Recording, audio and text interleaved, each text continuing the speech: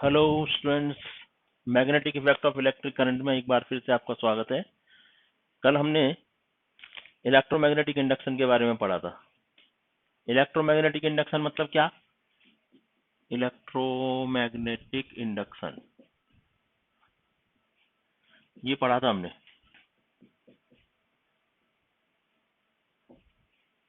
क्या था ये? If electric current is induced, if electric current is induced in a conductor with the help of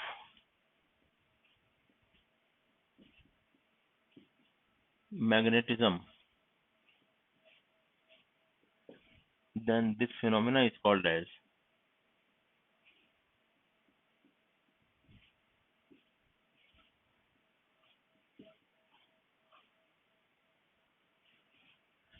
electromagnetic induction.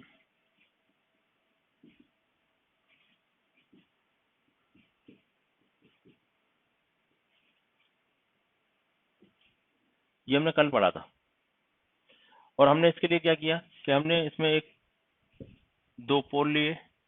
पोल लेने का फायदा क्या है? हमको मैग्नेटिक फील्ड मिल गया। हम मैग्नेटिज्म चाहते हैं ना, तो ये मैग्नेटिक फील्ड हमें मिल गया।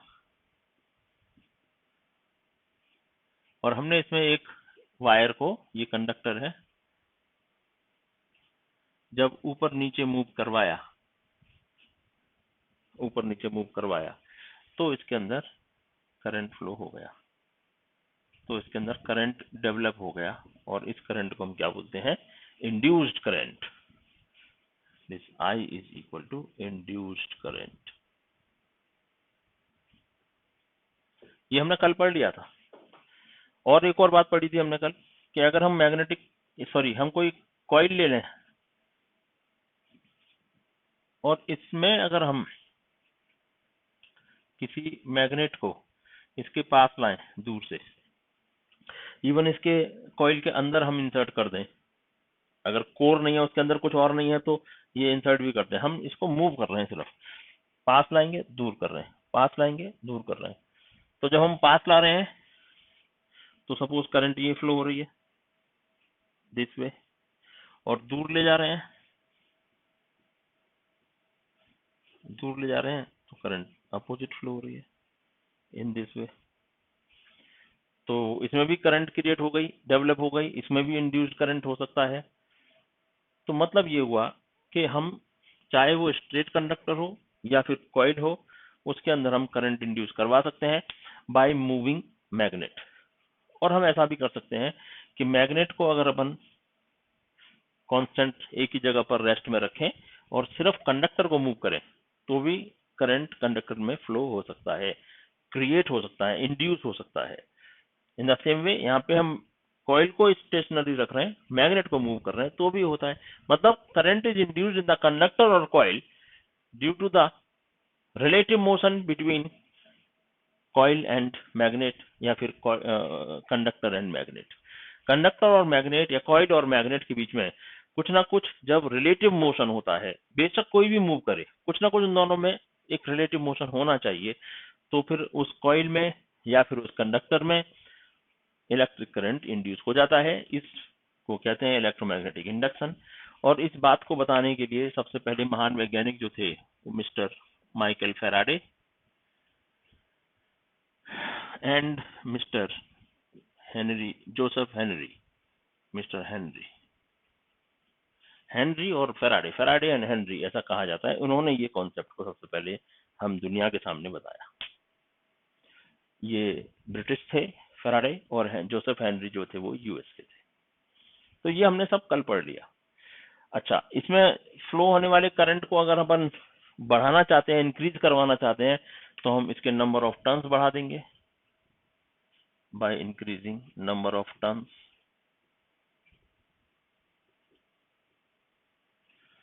या फिर हम थोड़े बड़े साइज का कॉइल लेंगे, कॉइल बिग साइज।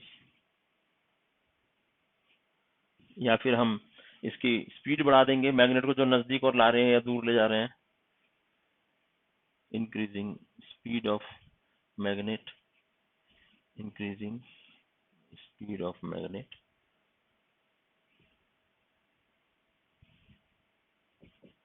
तो ऐसे कई कामों को करने से, या फिर हम मैग्नेट बहुत स्ट्रांग ले लें, ऐसा भी हो सकता है। ये थोड़ी वीक मैग्नेट होगी मे बी, हम थोड़ी स्ट्रांग मैग्नेट, ये सब करने से हम इसमें करंट की वैल्यू को इंक्रीज कर सकते हैं, हमें ज्यादा अगर करंट चाहिए।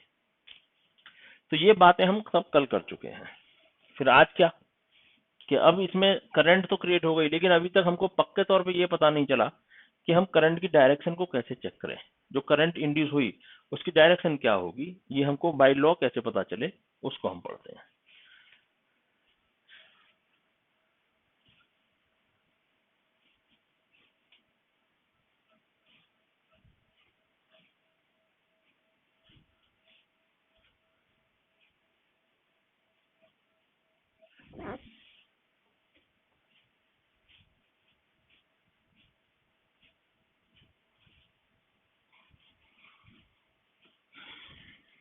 देखिए,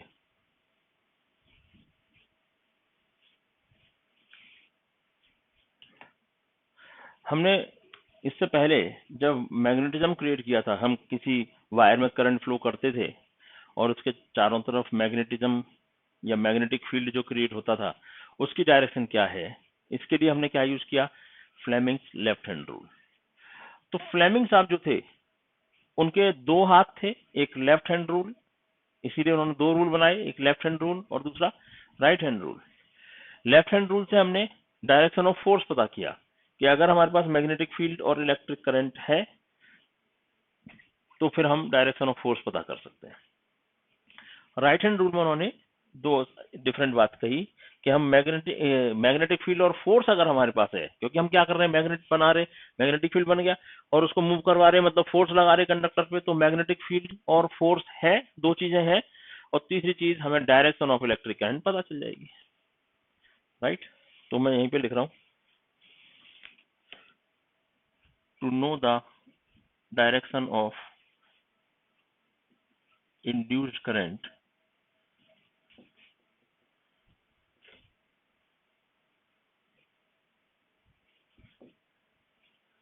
we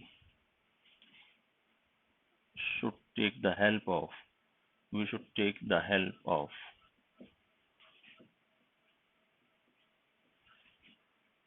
Fleming's right hand rule.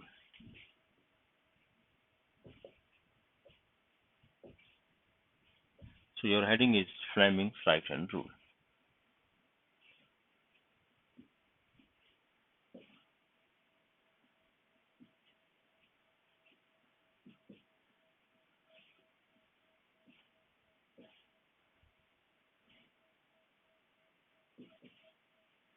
Fleming's right hand rule. Left hand rule पहले ही पता है हमको। लेफ्ट हैंड रूल का यूज क्या है, मैं यहाँ लिख देता हूँ छोटा सा।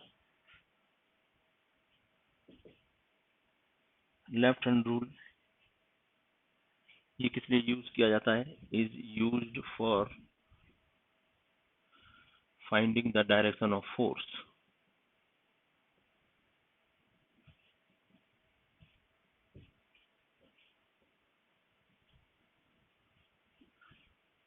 इफ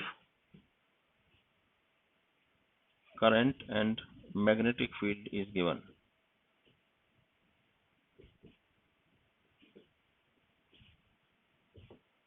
लेकिन ये उल्टा है। फ्लेमिंग्स राइट हैंड रूल से हमें क्या पता चलता है, we can find the direction of induced current. जो करंट क्रिएट हुआ, इंड्यूस्ड करंट, अगर उसकी डायरेक्शन पता चलनी है तो हम फ्लेमिंग्स राइट हैंड रूल का यूज करेंगे। तो उसमें बाकी की दो चीजें क्या होनी चाहिए, उसमें मैग्नेटिक फील्ड और फोर्स होना चाहिए। यहाँ पे देखो, फोर्स की डायरेक्शन पता करी थी, करंट और मैग्नेटिक फील्ड था, और अब क्या है, हमारे पास फोर्स और मैग्नेटिक फील्ड है, हमें करंट की डायरेक्शन पता करनी है। तो हम कह सकते हैं, this rule is useful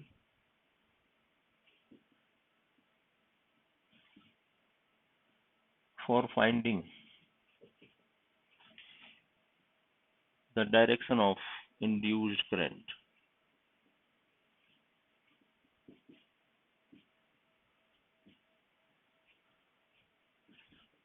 if we have the direction of force and magnetic field. If we have the direction of force and magnetic field, तो हम direction of induced current पता कर सकते हैं, राइट। तो ये रूल कैसे काम करता है वो मैं बताता हूँ कि अगर हम अपने राइट हैंड के पहले दो फिंगर और थंब को इस तरीके से स्प्रेड कर लें कि वो तीनों एक दूसरे के परपेंडिकुलर हो, जैसे हमने लेफ्ट हैंड रूल में किया था। ये देखिए, ये रूल्स बड़े कंफ्यूजिंग होते हैं, आपको पता ही होगा। पिछले 2-3 लेक्चर्स पहले मैंने मिस्टेक कर दी थी कई क्वेश्चंस में, क्योंकि मैं लेफ्ट की जगह, मैं हो क्या रहा था, देखो स्टूडेंट, मेरे पास मार्कर होते हैं ना, तो मैं मार्कर्स को लेफ्ट हैंड में पकड़ कर रख रहा था, और इससे समझाता हूँ ये हुआ वो हुआ, तो इसका यूज कर लिया मैंने लेफ्ट हैंड की जगह राइट हैंड का, इसलिए वो आंसर में मिस्टेक हो गई थी मुझसे। लेकिन अब आपको याद रखना है, लेफ्ट हैंड रूल का यूज फोर्स की डायरेक्शन पता करने के लिए है, या कुछ भी दो चीजें दी हुई है उसमें तीसरी चीज के लिए हमें लेफ्ट हैंड यूज करना है, जब उसमें करंट इंड्यूस पहले से हो। लेकिन इसमें करंट हमें बाद में मिल रहा है, इसलिए फोर्स और मैग्नेटिक फील्ड पहले से है राइट हैंड रूल में, तो आपको राइट हैंड रूल यूज करना है। तो इन साहब ने क्या बताया, फ्लेमिंग साहब ने, कि अगर हम हमारे राइट हैंड के फर्स्ट 2 फिंगर्स और थंब को इस तरीके से स्प्रेड करें कि all 3 are making 90 degree angle with each other.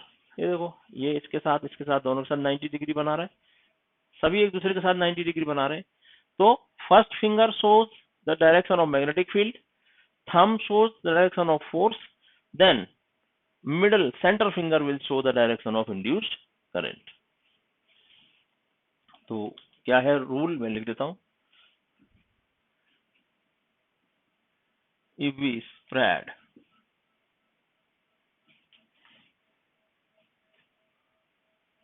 our first 2 fingers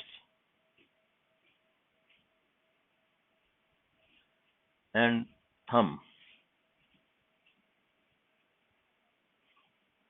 of right hand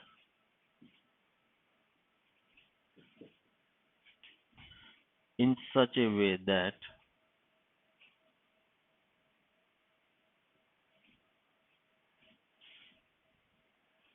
all are making an angle of 90 degree, all are perpendicular to each other, all three are perpendicular to each other,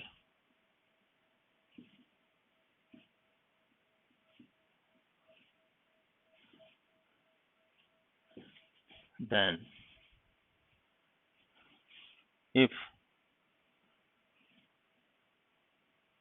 first finger shows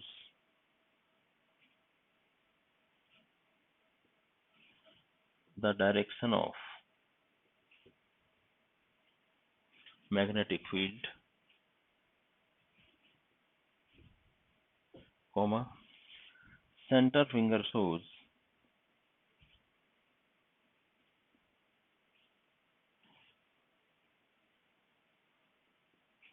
the direction of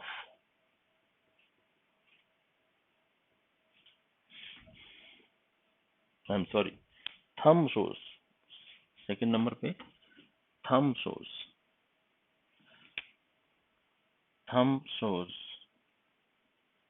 the direction of force on conductor, then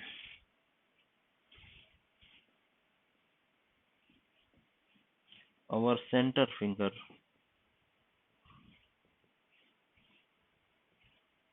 will show the direction of electric current, direction of induced current।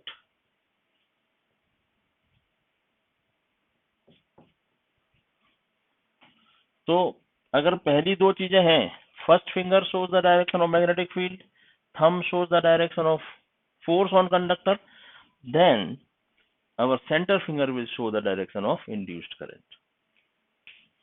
तो ये direction को पता करने के लिए Fleming साहब का rule था।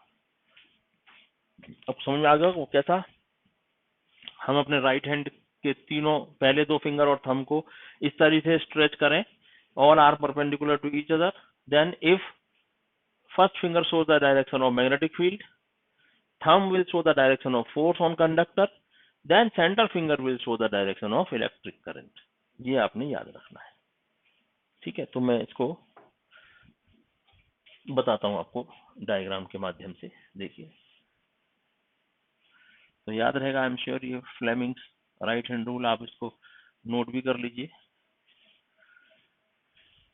और जरूर बिल्कुल कंसंट्रेशन रखें। और लेफ्ट और राइट हैंड्स में प्रॉब्लम हो जाती है, कई बार हम भूल जाते हैं किससे क्या होने वाला है और मिस्टेक हो जाती है, जैसे मुझसे हुई। लेकिन आप ना करें ये मिस्टेक, ये मेरा आपको सजेशन है। देखिए कैसे होता है।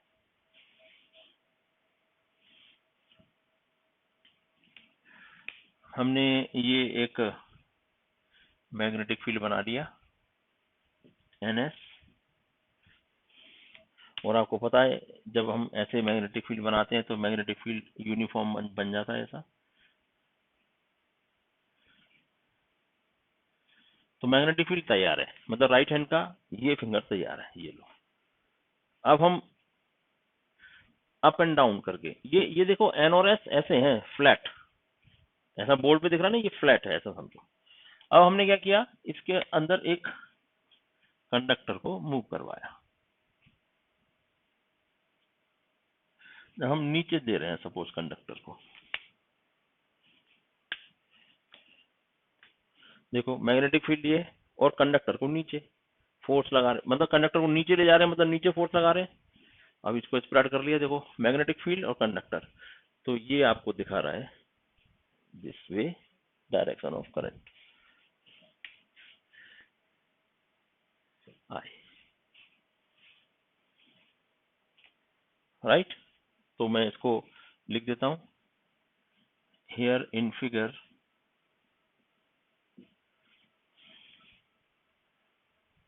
magnetic field is magnetic field has the direction N2S, and we are moving a conductor in downwards direction.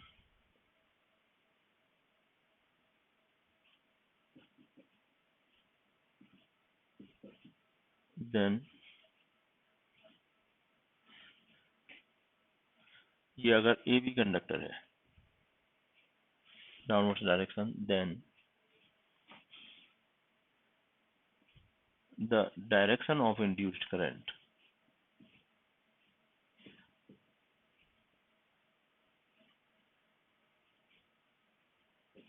will be A to B। देख लीजिए एक बार फिर, ये N और S फ्लैट है तो उधर जा रही है ये N2S, ये यूनिफॉर्म मैग्नेटिक फील्ड, और हम इसको नीचे की तरफ ले जाना चाहते हैं, ये कंडक्टर को हम ऐसे ले जा रहे हैं ऐसा। तो मैं उस ऐसे, यहाँ पे मेरा थंब दिखा रहा है force on conductor like this, then the current will show by this finger here like this. ये देखो ऐसा दिख रहा है, ये करंट A अगर ये है तो B की तरह A to B current flow होगा, राइट।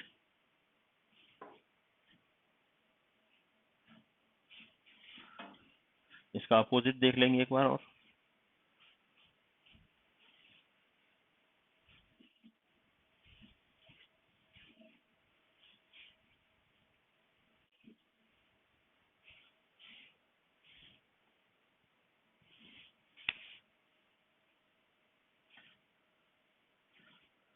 NS,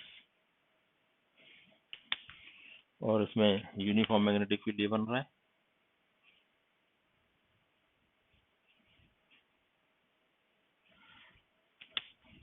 और इसमें कंडक्टर को हम अब अपवर्ड्स मूव करवा रहे हैं। AB कंडक्टर को हम अपवर्ड्स अप मूव करवा रहे हैं, ऊपर ले जा रहे हैं।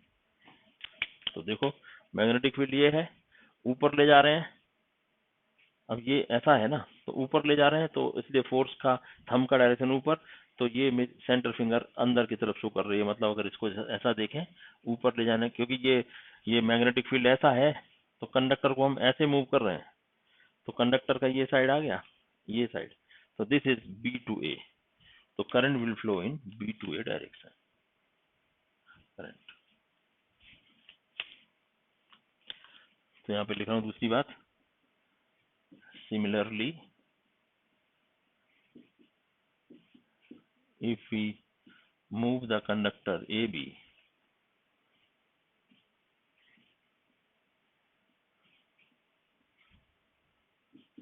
in upwards direction,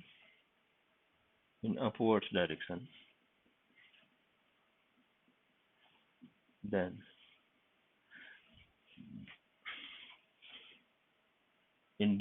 the direction of induced current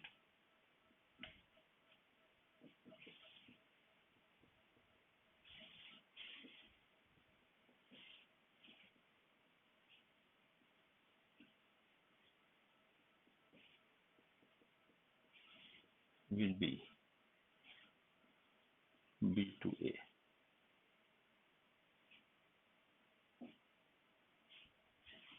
ये डायरेक्शन।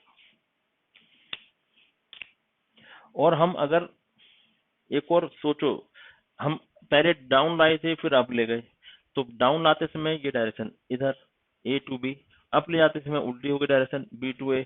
और हम अगर ऐसे ही करते रहे, इसको कंडक्टर को लिया और दोनों के बीच में, दोनों पोल्स के बीच में हम ऐसे ही अगर मूव करते रहे, ये NS है और उसके बीच में ऐसे ही मूव करते रहे, तो करंट एक बार इधर आएगा, एक बार उधर जाएगा, एक बार इधर आएगा, एक बार उधर जाएगा, यानी करंट की डायरेक्शन भी लगातार बदलती रहेगी। यानी if we move the conductor in up and down direction rapidly, बहुत तेजी से अगर हम करें, तो एक बहुत बड़ा करंट अपनी डायरेक्शन कंडक्टर में बार बार बदलता रहेगा इन दिस वे। और इस टाइप के करंट को जो बार बार अपनी डायरेक्शन बदलता रहता है हम कहते हैं अल्टरनेटिंग करंट या फिर AC। और जो करंट एक ही डायरेक्शन में लगातार फ्लो होते रहता है, अपनी डायरेक्शन बार बार नहीं बदलता, उसे हम क्या कहते हैं, डायरेक्ट करंट, DC। तो ये दो प्रकार के करंट इंड्यूस होते हैं। तो आपको समझ में आया, हम बार बार अगर अपन चेंज करेंगे डायरेक्शन ऑफ फोर्स, कभी ऊपर कभी नीचे, कभी ऊपर कभी नीचे, इस तरीके से लगातार उसको हम मूव करते रहेंगे कंडक्टर को, तो कंडक्टर में इंड्यूस होने वाले करंट की डायरेक्शन भी बार बार बदलती रहेगी, up down up down up down, और A to B, B to A, A to B, B to A, A to B, B to A, इस तरीके से होती रहेगी। यानी करंट की डायरेक्शन भी बार बार बदलती रहेगी। and this type of current induced in the conductor is called as alternating current or AC, right? तो मैं ये रब करके वो सेंटेंस भी लिख देता हूँ लास्ट में।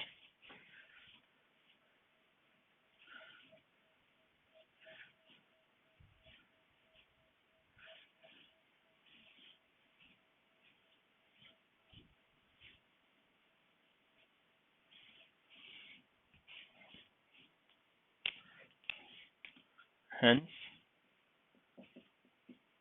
if we move the conductor AB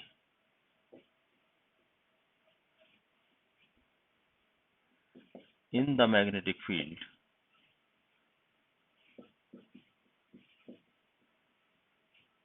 if we move the conductor AB in the magnetic field,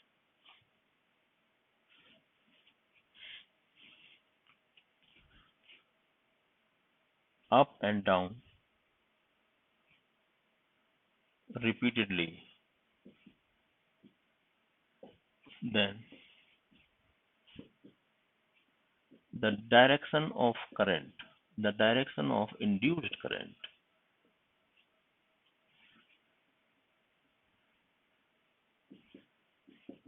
will also change,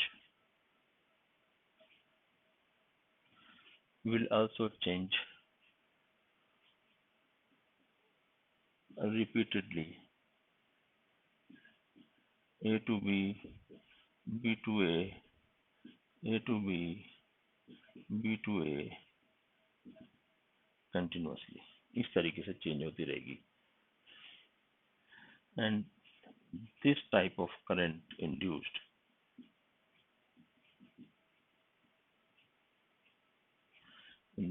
current is called alternating current और आपने सुना भी होगा एसी, शॉर्ट में इसे अल्टरनेटिंग करंट या एसी कहते हैं। जो करंट बार बार अपनी डायरेक्शन बदलते रहता है, that is called AC, alternating current.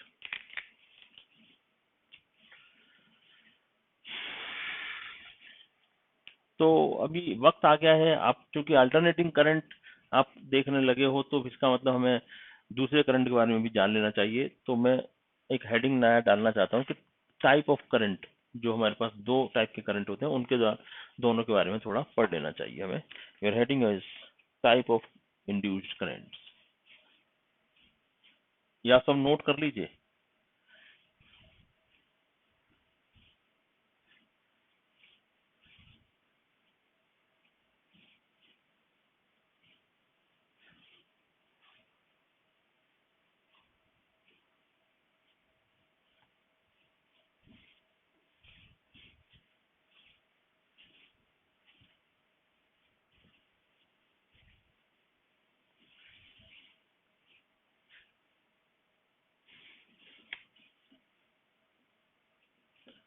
Types of electric current.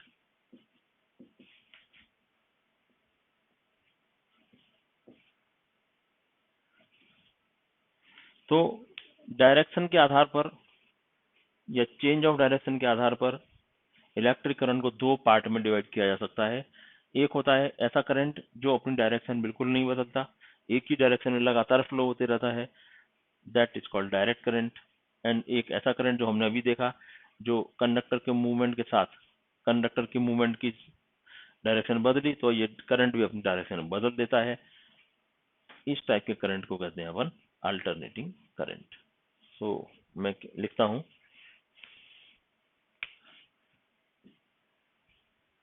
according to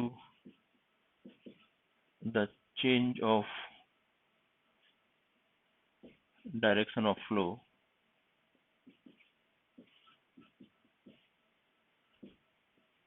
electric current may be of two types.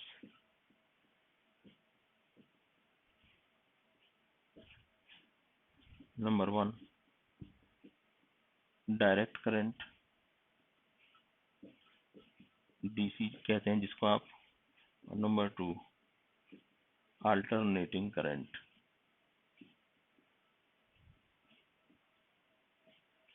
जिसे हम एसी कहते हैं। तो इन दोनों के में हम डिफरेंस समझेंगे। तो हेडिंग नंबर 1 डाल देंगे यहाँ पे, डायरेक्ट करंट।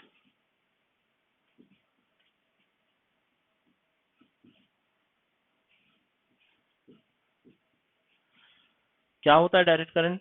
कि अगर किसी कंडक्टर में, भाई कंडक्टर में ही फ्लो होगा ना करंट, तो अगर किसी कंडक्टर में फ्लो होने वाला करंट अपनी डायरेक्शन बार बार बदलता नहीं है, बल्कि यूं कहिए एक ही डायरेक्शन में फ्लो होते रहता है, that type of current is called as direct current. If electric current does not change its direction,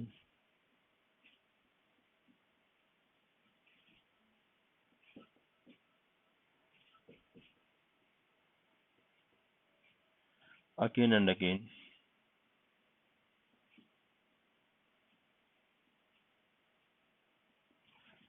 but flows only in one direction,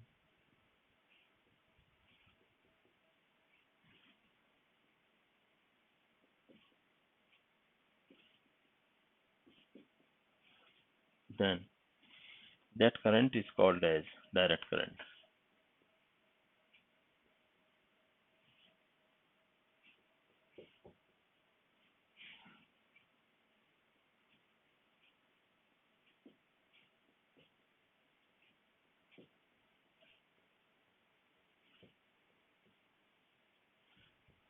DC।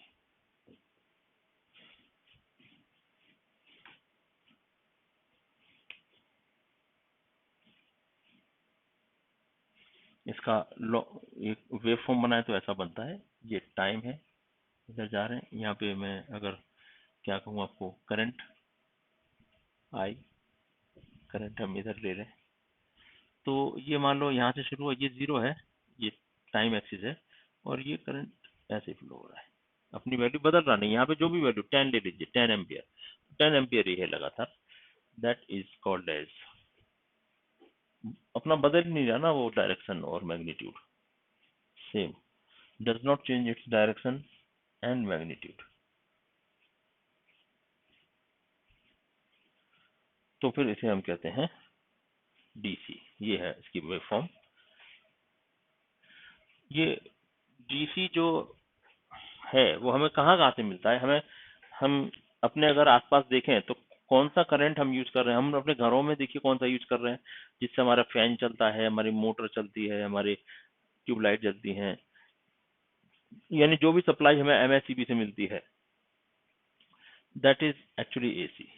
और डीसी कौन सा है, जो भी हमें बैटरी से मिलता है, सेल से मिलता है, घर में सेल होते हैं, बैटरी होती है, बड़े बड़े इन्वर्टर में लगी हुई एक बैटरी होती है, तो जो कुछ भी हमें बैटरी से मिलने वाला करंट है, that is called as DC. The current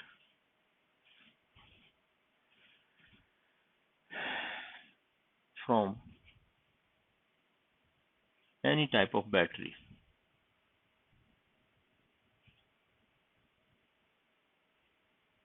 comma cell is always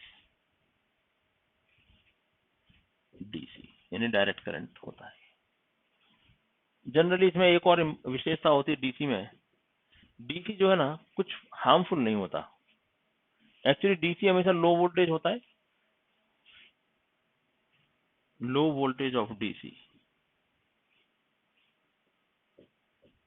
is not harmful.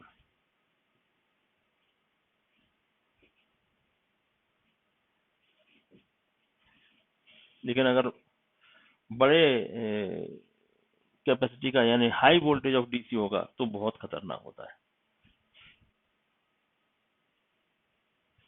But high voltage DC is very dangerous.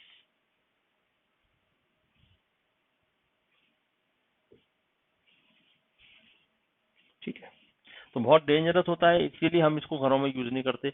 Low voltage को हम बैटरी वगैरह से, सेल से, 12 वोल्ट लगभग होता है, वो हम एडजस्ट कर पाते हैं। सो हेडिंग नंबर 2 डालते हैं, डायरेक्ट करंट।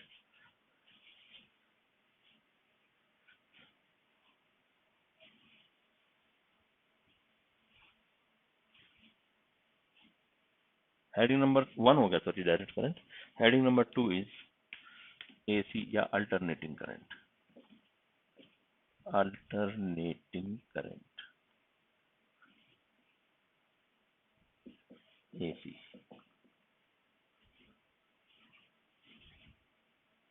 अल्टरनेटिंग करंट क्या कहता है, अगर ये देखिए ये करंट था जो अपनी डायरेक्शन नहीं बदल रहा था, मैग्नीट्यूड नहीं बदल रहा था, इसलिए इसको डायरेक्ट करंट कह रहे थे। ये चेंज करता है, अल्टरनेट नाम ही है ना अल्टरनेटिंग, कभी यस कभी नो, कभी यस कभी no. Okay, if electric current changes its direction and magnitude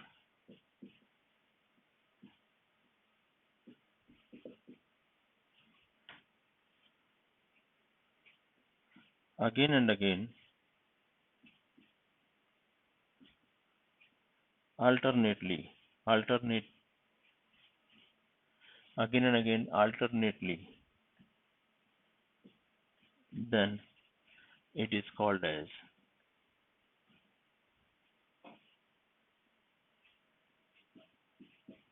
alternating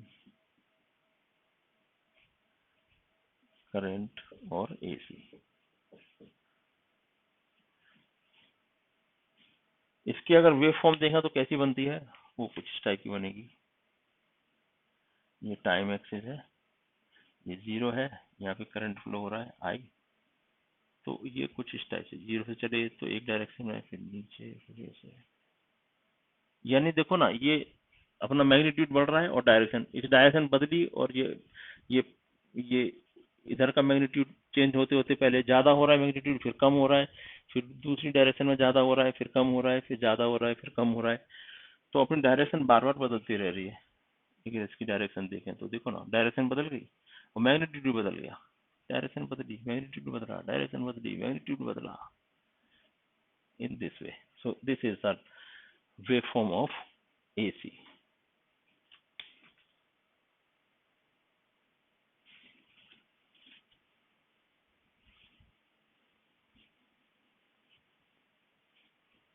ये हमें कहाँ से मिलती है AC?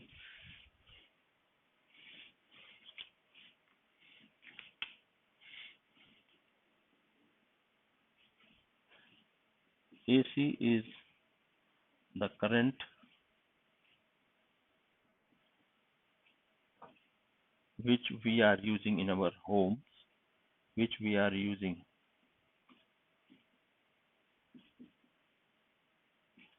in our homes, shops, etc. We get AC from MACB, Maharashtra state board. जो गवर्नमेंट है वो हमको MACB यानी AC करंट की सप्लाई देती है। और इसके अलावा AC जनरेटर भी होते हैं, हालांकि DC जनरेटर भी होते हैं। यहाँ लिख देता हूँ, DC जनरेटर। यहाँ पे कौन से हैं? AC generator. यहाँ से सबसे हमें AC मिलती है, राइट। तो AC जो है वो हमें ऐसा करंट है जो बार बार सप्लाई अपनी मैग्नीट्यूड डायरेक्शन बदलता रहता है। ये DC है जो अपनी डायरेक्शन और मैग्नीट्यूड बार बार नहीं बदलती है, इसलिए हम इसको। अब ये एक बात है कि जब ये बदलती है तो एक सेकंड में कितनी बार बदलती है, ये भी हमें देखना चाहिए। तो देखो, ये जो है ना AC, एक अपना रोटेशन, एक रोटेशन कितना होता है स्टूडेंट?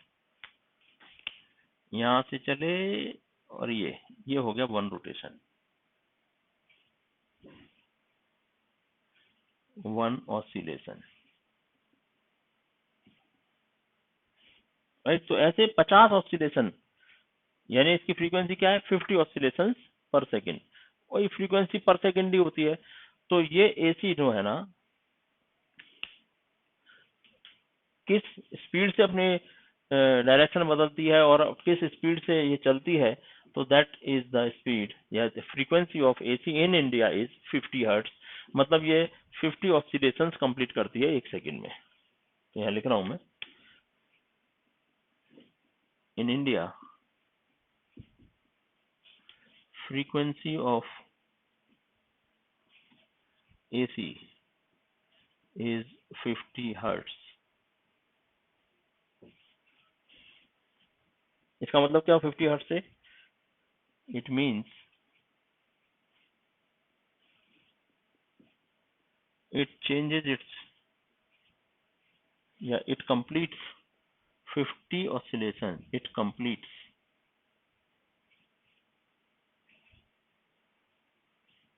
50 oscillations in 1 second। अच्छा, इस हिसाब से देखो, 50 ऑसिलेशन इन 1 सेकेंड, तो एक ऑसिलेशन यहाँ से गए और यहाँ तक में एक ऑसिलेशन कंप्लीट हुआ। लेकिन इस एक ऑसिलेशन में इसने एक डायरेक्शन यहाँ बदली, फिर दूसरी डायरेक्शन यहाँ बदली। ये देखो, डायरेक्शन बदली, फिर यहाँ पे अपनी डायरेक्शन बदली। यानी एक ऑसिलेशन में ये 2 बार अपनी डायरेक्शन बदलती है।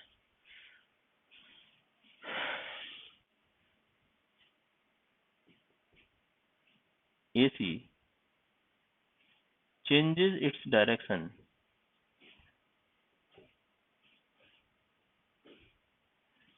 2 times in 1 oscillation। एक ऑसिलेशन में AC अपनी डायरेक्शन 2 बार चेंज करती है। इसका मतलब एक सेकंड में कितनी बार डायरेक्शन चेंज हुई? एक सेकंड में 50 ऑसिलेशन है, एक ऑसिलेशन में 2 टाइम्स, तो 100 टाइम्स ये अपनी डायरेक्शन चेंज करती है एक सेकंड में। It means it changes its direction